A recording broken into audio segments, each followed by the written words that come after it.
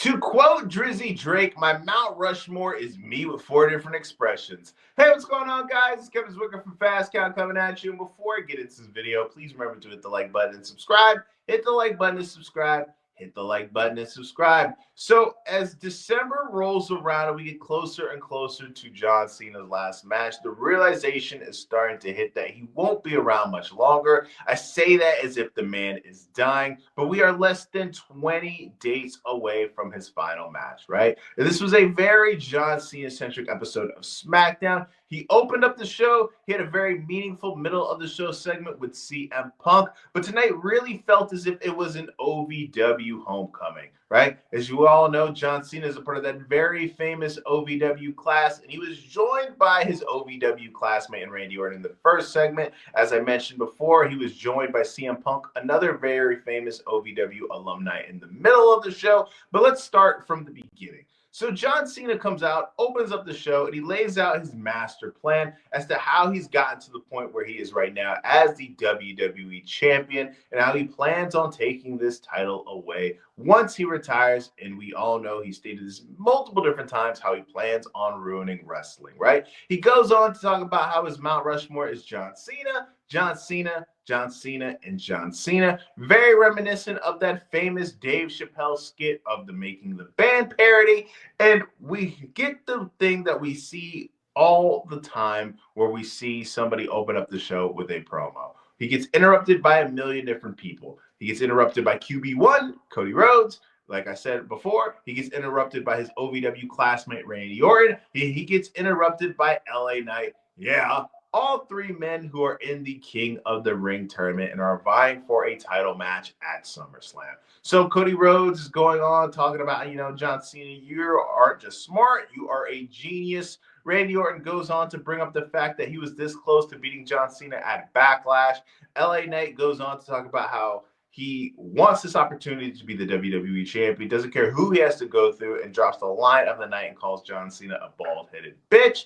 Then we see in the middle of the show, John Cena looking out for R-Truth, right? Because as we all know, ever since that Saturday night's main event match, and we got the news that R-Truth was going to be released, anytime we see John Cena, we get the "We Want Truth" chants, right? So we see John Cena go out in the middle of the ring, calls out R-Truth, but he doesn't get R-Truth. He gets CM Punk, right? As we all know, these two guys are going up against each other in Saudi Arabia at the King of the Ring PLE. This was a role reversal type of promo. CM Punk goes on to talk about how, man, because he dropped this line and said John Cena looked like he was a kid going to T-ball practice or something along those lines, right? And he says, I sound like PG John Cena, and you sound like CM Punk, because as we all can remember during the summer of Punk won the title. He sat there, took the title, and ran home. John Cena saying the exact same thing.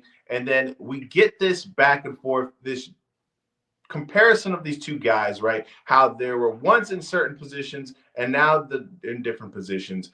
And CM Punk is basically telling John, I know that the John Cena that we all know is in there. I'm going to get him out of there. And the way that CM Punk was able to really just light a fire under John Cena and really be able to get to him was very nice to see, because as we know, this is a match that people have been waiting to see for a very long time. Ever since CM Punk returned, ever since it was announced that John Cena was going to go on this retirement tour, this was kind of one of those matchups that you circled on the wish list of things that you wanted to see. Personally, for me, I don't know how great the in-ring match is going to be. I'm getting flashbacks of that famous meme. I don't know if you guys have seen it. The unction, that is what I'm feeling is like going to go down at Saudi Arabia. But hey, this is nostalgia, and put the nostalgia all in my eyes, because that's what we're going to get, right? And that's what everybody wants to see, especially when it comes to wrestling and entertainment, whether it's movies, sequels, remakes, all that. Nostalgia is in these days, right? But once this segment was over, we see John Cena get put in a STFU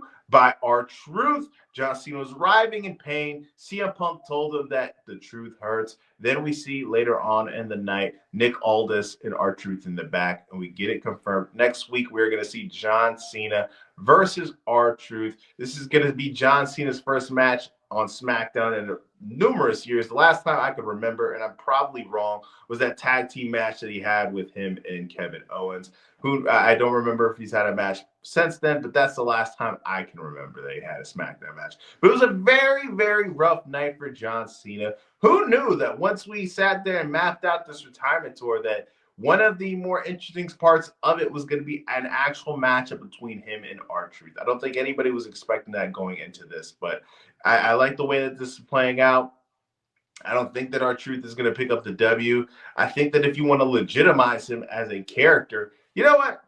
Screw it. If you want to legitimize R-Truth, you can have John Cena lose, but what you're going to have to do is have CM Punk interfere somehow, some way. And I think that's what we're going to get, because I don't think that it will hurt John Cena if he has this kind of loss that is going to be shadowed in controversy, and it's going to help R-Truth no matter what to get any type of win over John Cena, to add more credibility to this new serious turn that he has taken in his character. But let me know what you guys think in the comment section. Remember to like the video and subscribe. It's free and it helps the channel out in more ways than you even know.